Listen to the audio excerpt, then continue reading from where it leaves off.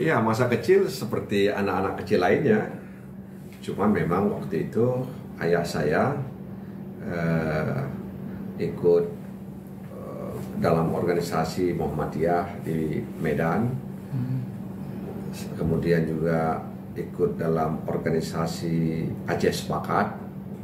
Sehingga saya saat itu ya ketika SD, SMP sering mengikuti kegiatan itu. Mengikuti kegiatan Aceh Sepakat, baik acara-acara kesenian dan juga olahraga, kegiatan ceramah, begitu juga yang dilakukan oleh Muhammadiyah. Jadi ikut serta diajak oleh ayah untuk mendengarkan penceramah itu. Dan memang sejak SMP juga sering membaca koran, membaca majalah, ya. Sehingga itu juga dalam pandangan saya ikut membentuk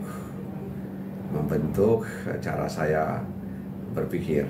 Ya, jadi ayah misalnya berlangganan sejumlah majalah, itu saya membacanya. Koran juga demikian. Ya, saya membaca koran waktu itu di Aceh, koran Waspada, koran Analisa. Nah, itu dua koran di masa dulu yang sangat dikenal oleh masyarakat di sana. Jadi masa kecil seperti itu yang membuat saya kemudian ya akrab ya dengan literasi, dengan membaca dan juga ikut baca puisi, kadang deklamasi, kadang nanti ada ikut vokal grup, penyanyi dan lain sebagainya.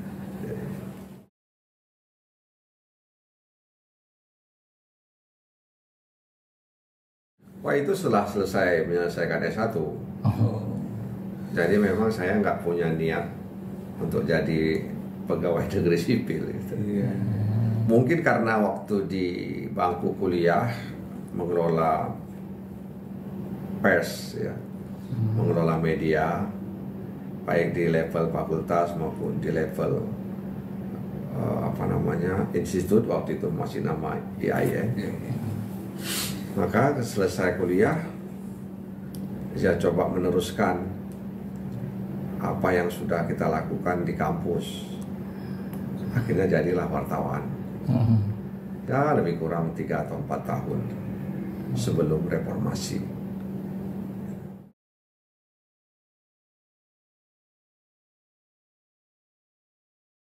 Ya, karena saya beruntung waktu saya wartawan itu ya kan masih masa Orde Baru. Dan waktu itu saya meliput kampanye 97. Ya, pemilu 97 itu saya liput di sejumlah tempat kampanye, dan saya mendengar bagaimana calon legislator, ya, ketua-ketua partai berorasi di atas mimbar itu, ya, di atas podium. Ya kan, saya kagum ya dengan mereka. Lalu saya juga meliput kegiatan-kegiatan DPRD waktu itu, ya. Jadi setelah pemilu saya meliput kegiatan-kegiatan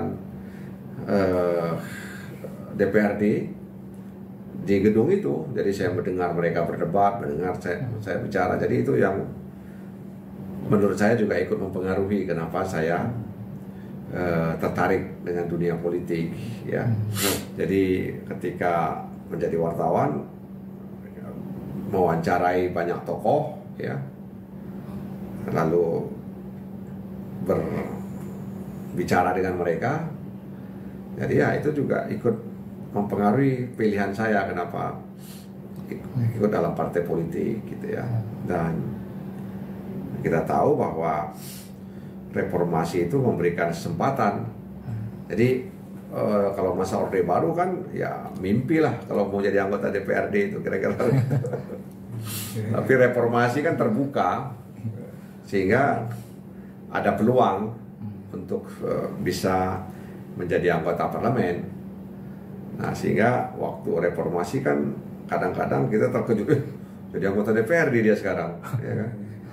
Jadi anggota DPRD yang dulu nggak pernah diketahui, nggak pernah dikenal, tiba-tiba jadi anggota DPRD. Ya, begitulah buah reformasi itu dan berkah reformasi, sehingga orang-orang yang tidak pernah kita kenal, orang-orang yang barangkali tidak pernah kita duga, tiba-tiba di tahun 99 menjadi anggota DPRD di provinsi atau kabupaten kota gitu, bahkan juga di DPR RI.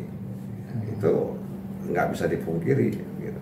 Jadi ada peluang, ada kesempatan, dan ada harapan sehingga maju untuk menjadi calon anggota DPRD provinsi pada saat itu. Dan bisa jadi waktu itu PK namanya, bukan PKS, Partai Keadilan, itu dapat 1 kursi di DPRD provinsi. Lalu teman-teman bermusyawarah siapa yang mereka tunjuk, ya akhirnya mereka tunjuk saya. Mungkin karena latar belakang saya sebagai wartawan, juga sebagai penceramah, khatib Jumat, dan juga berinteraksi dengan banyak aktivis, dan juga dengan tokoh-tokoh masyarakat di sana, sehingga mereka menunjuk saya untuk mewakili Partai Keadilan di DPRD provinsi yang cuma 1 kursi itu.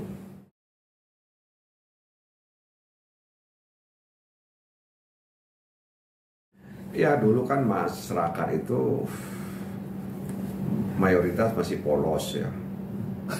Masyarakat itu masih menggunakan hati nuraninya, sehingga kita punya keyakinan bahwa masyarakat itu menggunakan pikiran dan hatinya ketika memilih salah seorang kandidat. Makanya kenapa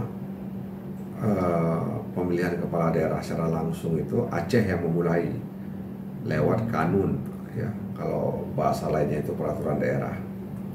Jadi saya waktu itu di DPRD provinsi menginisiasi dengan teman-teman kanun tentang pemilihan kepala daerah secara langsung. Dan itu amanah daripada Undang-Undang 18 tahun 2001 tentang Nanggro Aceh Darussalam. Tapi sayangnya Aceh tidak bisa melaksanakan karena apa? Karena ada gempa dan tsunami. Ya, ada gempa dan tsunami, ya, kemudian ada konflik bersenjata, sehingga kita tidak bisa melaksanakan pemilihan kepala daerah secara langsung di tahun 2004 itu. Akhirnya Kutai Kertanegara lah yang pertama kali melakukan itu. Pak Syaukani almarhum itu adalah kepala daerah hasil pemilihan kepala daerah secara langsung waktu itu. Jadi memang masyarakat waktu itu ya belum banyak dipengaruhi oleh faktor-faktor komersial ya.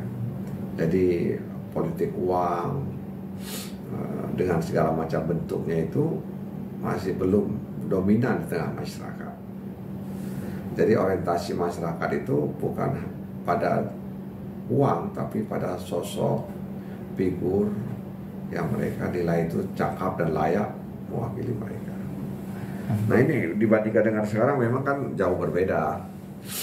Nah, itu sebabnya kenapa saya katakan lagi kami menggodok konun tentang Pilkada Sung itu, karena percaya masyarakat akan menggunakan hati nuraninya saat memilih pemimpin, ya kan? Nah, jadi memilih pemimpin itu kan sebenarnya hak masyarakat, ya.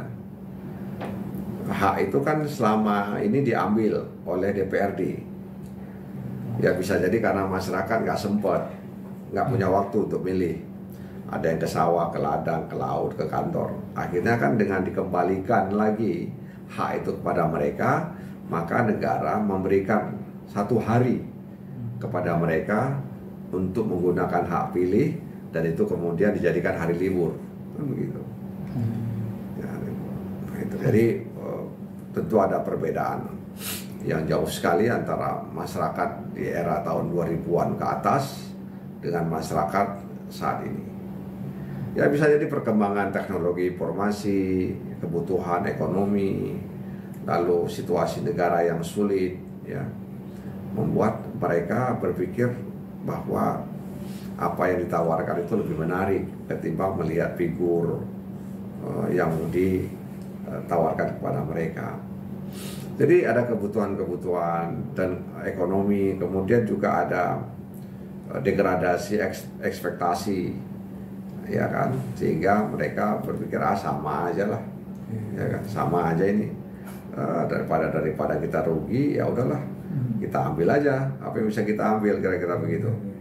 Karena milih mereka juga gak ada untungnya, justru yang beruntung mereka, kita yang buntung, kira-kira begitu kan. Nah akhirnya pikiran-pikiran seperti ini kan lama-lama membesar dan hinggap di kepala masyarakat. Nah itu sebabnya kenapa kemudian politik uang yang sangat dijaga oleh Bawaslu itu kebobolan.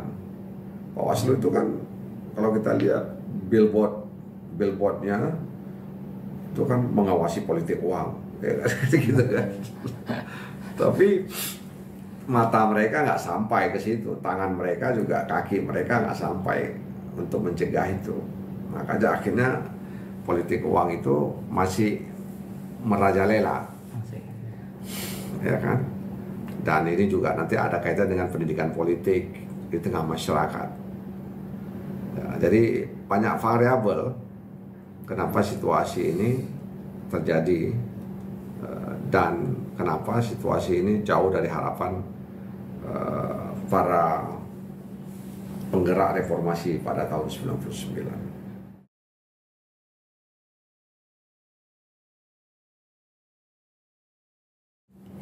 Iya, jadi tadi seperti yang saya singgung sebelum kita on air nih ya, bahwa investasi itu kan jadi urat nadi.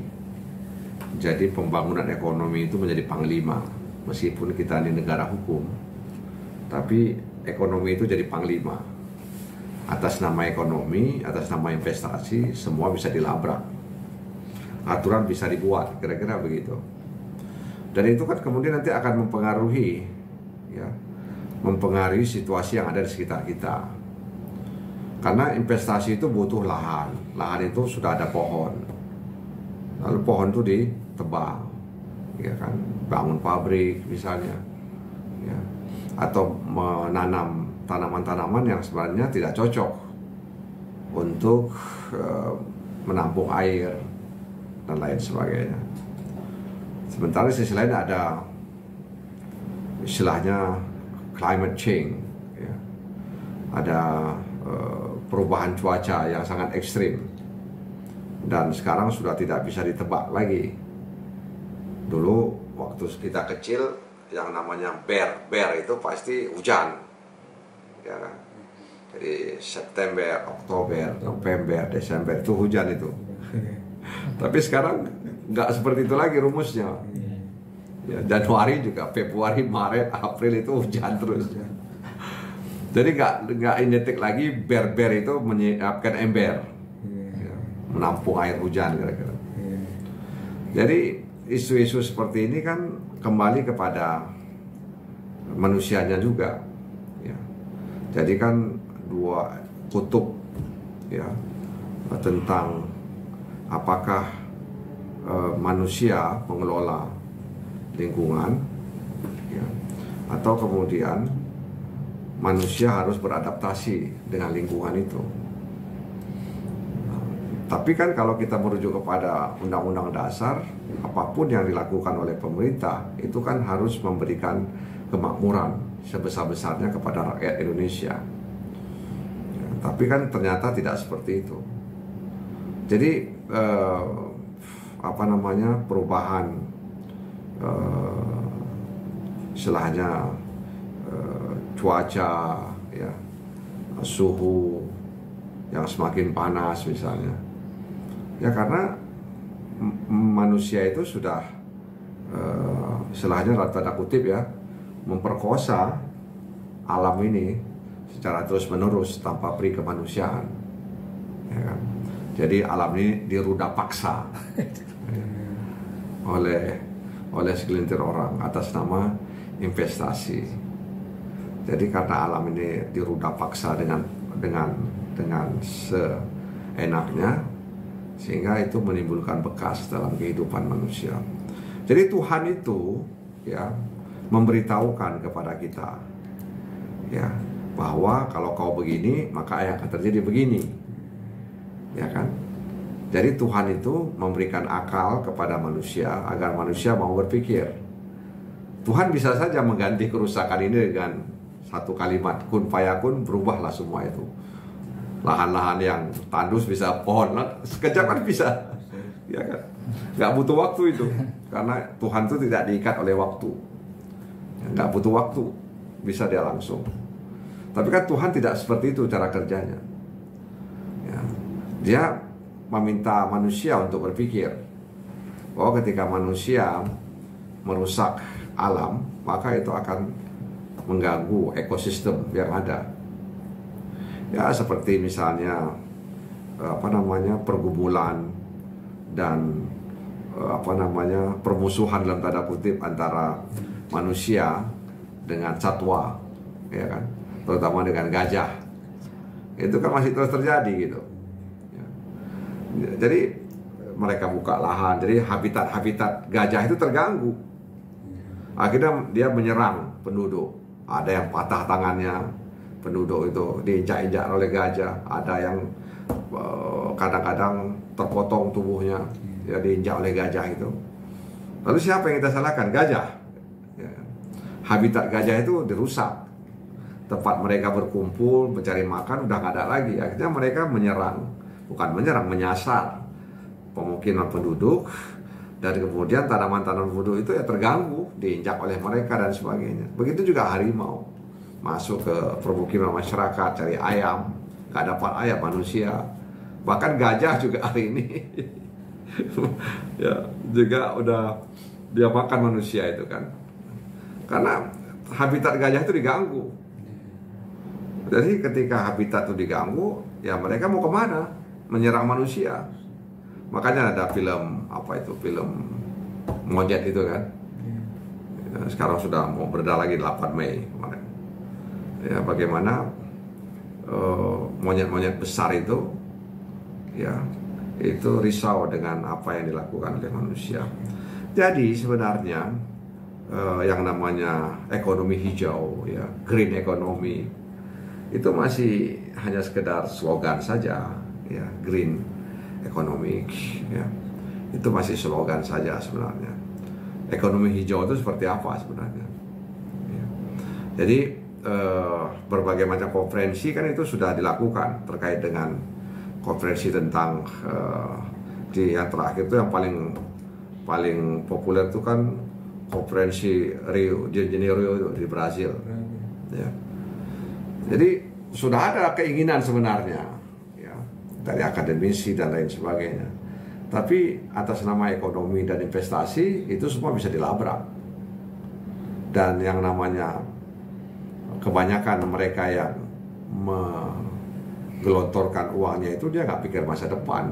Yang dia pikir bagaimana keuntungan bisa kembali dan dia bisa menikmati itu. Nggak peduli dia bahwa alam ini kepada rusak dan lain sebagainya. Itu terjadi di semua tempat itu. Di kampung saya kalau udah hujan besar di Tangsi itu wah udah banjir bandang itu.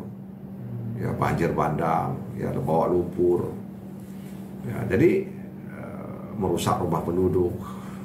Kemudian merusak tanaman di sawah, ya padi dan sebagainya. Jadi kerusakannya itu selalu terjadi, tapi sayangnya tidak ada upaya untuk mengantisipasi dan memperbaiki. Ya udah pasrah aja dengan Jadi ini makanya kenapa ada upaya-upaya untuk back to nature ya, kembali ke alam. Jadi bagaimana kembali ke alam ini kira-kira begitu kan? Bagaimana konsep kembali ke alam itu? Nah, jadi sehingga kemudian kita membuat planet lain atau mau hidup di planet lain, ya kan? Karena bumi ini udah penuh sesak, polusinya juga sudah nggak tanggung-tanggung. Ya, makanya kan sekarang sudah ada mobil listrik misalnya ya untuk mengantisipasi itu. Bagus idenya begitu, tapi problemnya kan kemudian setiap ada kegiatan atau aktivitas seperti itu masuklah kepentingan yang tidak memikirkan nasib orang banyak gitu kan. Nah itu jadi ada motor listrik, kemudian perusahaan motor listrik, mobil listrik, ya, bus listrik, bagus untuk mengurangi polusi, ya kan? Nah, tapi bagaimana kesadaran masyarakat soal itu? Bagaimana masyarakat kemudian bisa menikmati itu? Jangan dimonopoli. Kalau ada monopoli, harganya dimonopoli juga. Gitu. Jadi sebenarnya manusia sudah memikirkan juga bahwa kalau mereka brutal terhadap alam, maka mereka akan menanggung resiko yang besar. Mereka berusaha untuk mengantisipasinya. Salah satunya itu moda transportasi yang berasal dari listrik, gitu kan? Nah, dalam rangka untuk mencegah, menekan polusi, karena itu berdampak terhadap kesehatan, terhadap ibu yang sedang hamil, ya kan? Jadi banyak sebenarnya.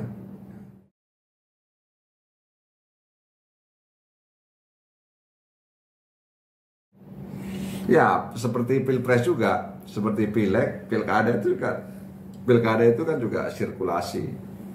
Dia ibarat rumah yang ada ventilasi. Kalau rumah tidak ada ventilasi, itu sirkulasi anginnya, udaranya jelek itu. Begitu juga pileg, pilpres, pilkada itu kan sirkulasi elit. Diharapkan menjadi tempat regenerasi kepemimpinan. Meskipun harapan ini belum sepenuhnya bisa kita dapatkan.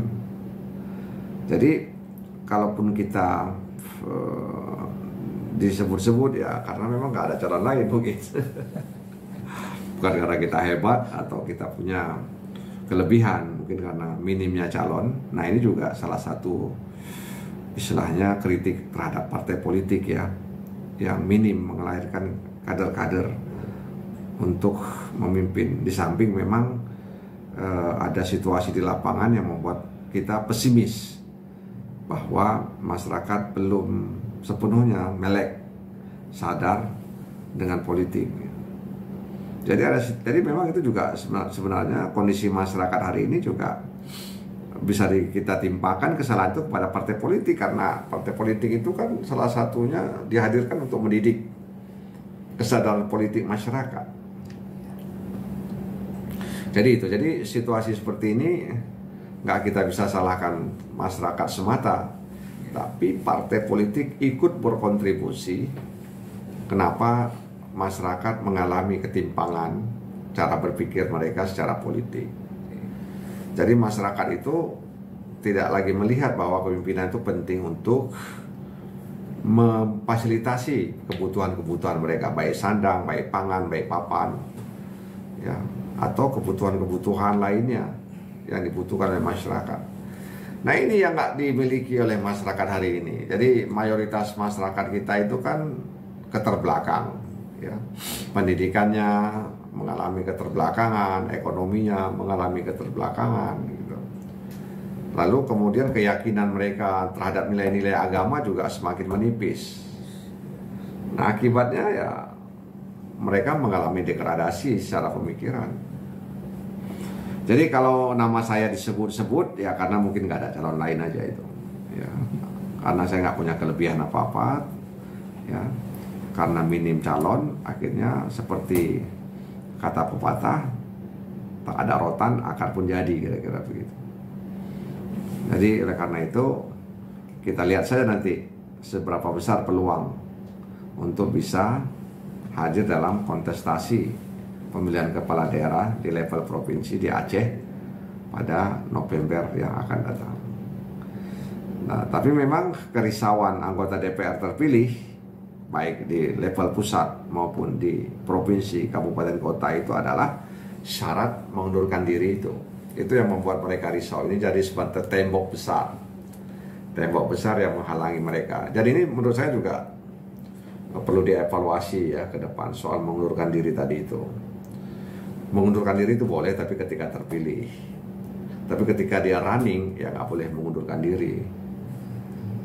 Kenapa? Karena kami legislatif. Justru seharusnya yang mengundurkan diri itu adalah kalau seorang eksekutif. Ya, karena dia masih punya pengaruh. Misalnya seorang kepala dinas maju sebagai bupati misalnya, maka dia harus mengundurkan diri. Tidak cukup dengan cuti ketika dia kampanye. Sebab selesai cuti dia bisa balik lagi ke kantornya, dia bisa mempengaruhi, ya kan? Bisa dengan kebijakannya diharapkan bisa menguntungkan dia. Jadi sebenarnya anggota DPR itu nggak perlu dia untuk mengundurkan diri kecuali di saat terpilih. Karena dia nggak punya apa-apa, artinya dia nggak bisa menekan orang karena dia di legislatif. Tapi kalau seorang kepala dinas, ya apalagi seorang gubernur atau bupati, dia nggak mundur kan, dia hanya cuti. Ketika dia selesai cuti, dia balik lagi, ya kan? Dia bisa melakukan apa saja. Instrumen APBD-nya bisa dia gunakan untuk kepentingan-kepentingan dia. Jadi sebenarnya menurut saya harus dievaluasi soal pengunduran diri. Ya boleh mengundurkan diri, tapi ketika terpilih, jangan waktu running dia sudah mengundurkan diri, ya kan? Nah, jadi ini yang menurut saya harus dievaluasi. Karena apa? Karena salah satu sumber untuk mendapatkan kepemimpinan itu adalah lewat jalur politik. Ya, jalur politik itu ya ada di parlemen, ada di kader partai politik, begitu. Nah, ini yang menurut saya harus dievaluasi ke depan. Ya intinya boleh mundur tapi kalau terpilih. Kan nggak mungkin juga dia nggak mundur kalau terpilih. Ya. Jadi begitu. Jadi jangan sampai ketika running mengundurkan diri. Nah, karena inilah yang jadi tembok besar, jadi penghalang besar kenapa anggota-anggota dewan terpilih tidak berani untuk maju sebagai calon kepala daerah. Jadi kalau saya sih masih wait and see aja, melihat dan menunggu dan melihat apakah misalnya ada peluang. Jadi kemampuan untuk menang dan kemampuan untuk memerintah itu penting. Jadi dua hal itu diantara banyak hal. Kemampuan untuk menang dan kemampuan untuk memerintah. Jadi harus ada dua-duanya. Jadi kemampuan menang ada, kemampuan untuk memerintah juga ada. Jangan hanya kemampuan menang ada, pemerintah nggak ada. Jadi dua-duanya dilihat. Kemampuan pemerintah itu bisa dilihat dari latar belakang dia, ya, jejak rekam dia. Sementara kemampuan menang itu dilihat koalisinya, kemudian juga pendanaannya, jaringannya, strukturnya, kira-kira begitu. Jadi dua hal itu menjadi penting bagi PKS misalnya untuk mengkandidatkan seorang kandidat dalam kontestasi kepala daerah.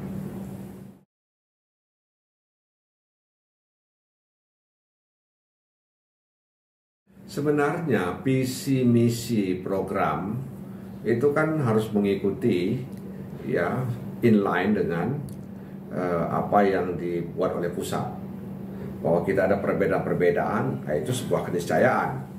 Jadi bagaimana jangka panjang, jangka menengah, jangka pendek yang sudah diatur dalam rencana pembangunan itu kan harus jadi rujukan daerah, begitu. Nggak boleh daerah menyimpang dari situ, karena memang rencana-rencana itu kan penuh dengan kebaikan, ya, penuh dengan kata-kata yang mengasyikkan gitu ya.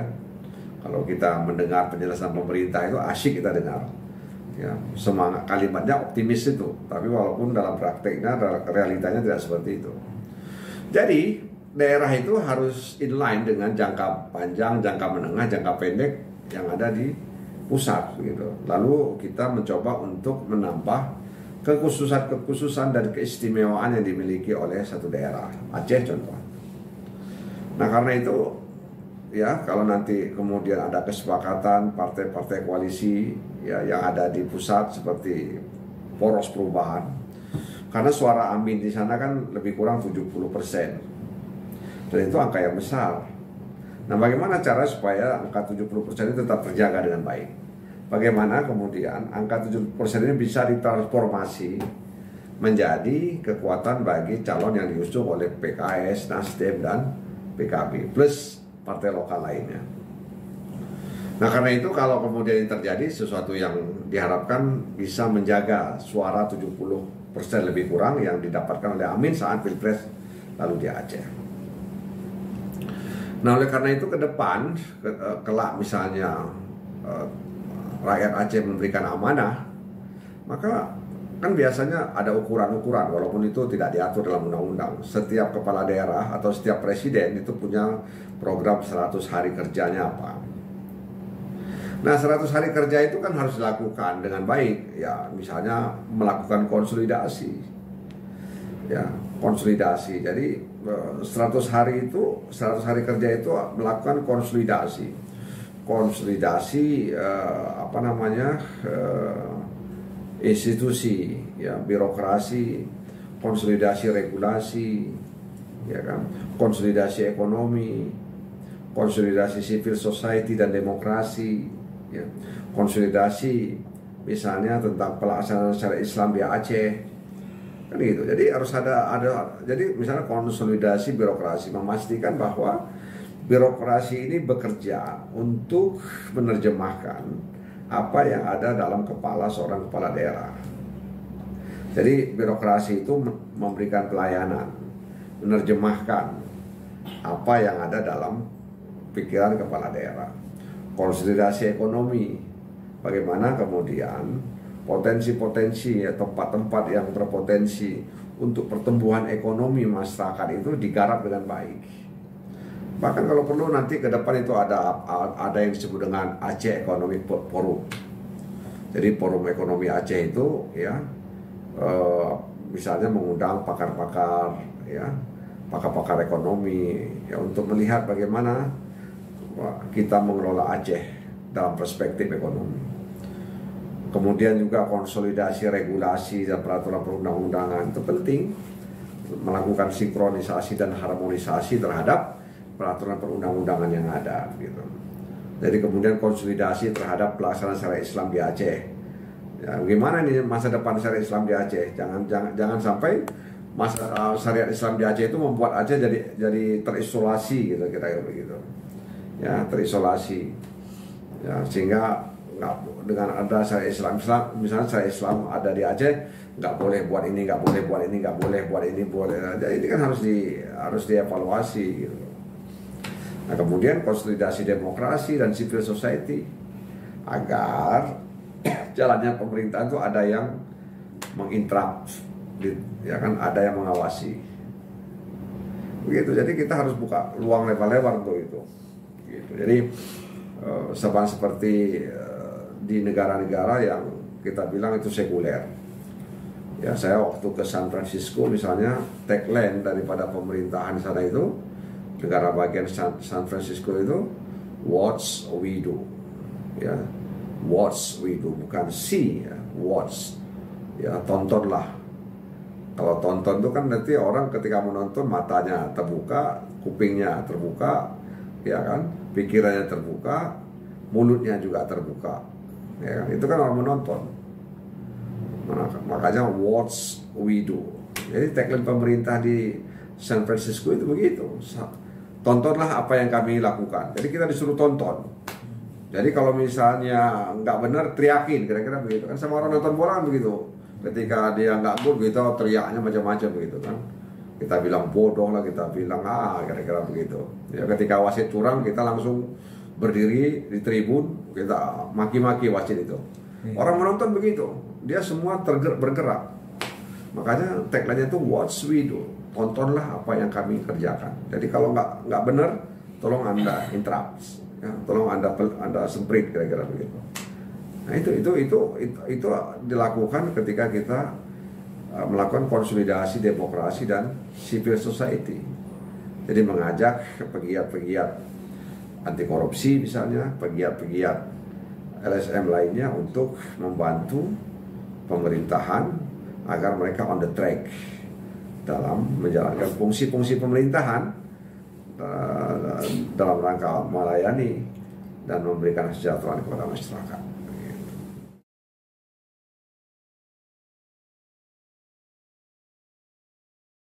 Jadi jangan sampai nanti anak-anak muda kita 2045 itu menjadi generasi cemas. Ya. Jadi antara emas dan cemas itu beda tipis saja itu. Ya. Kalau emas 4 huruf, cemas itu 5 huruf. Tanpa C aja udah cemas. Ya. Iya. Jadi itu artinya udah beda kan? Maknanya udah berbeda. Jadi kita harus mempersiapkan jangan sampai nanti generasi emas itu menjadi generasi cemas. Jadi Indonesia emas itu harus diisi oleh generasi-generasi yang emas, bukan oleh generasi-generasi yang cemas.